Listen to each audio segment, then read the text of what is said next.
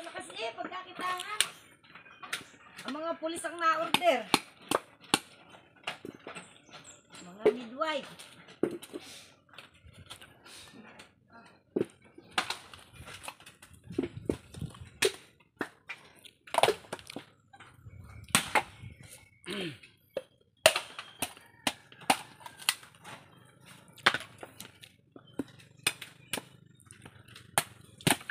Puso Laki. kong mahal ng mama niya. Bakit parang ang bait? Mamaya pa yan. Bakit mo gusto tinalupan ng charger kung putang ina ka? Ayan na. Ha? Ba't mo ginupit? Hindi ko maintindihan kung ako iiyak kung ano eh. Higit na kaigit pa. Ito pa sa tingin mo. Pero kay talupan ang charger ng flashlight.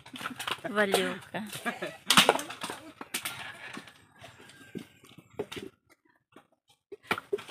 Ito taon. Wala pa kaisip-isip na.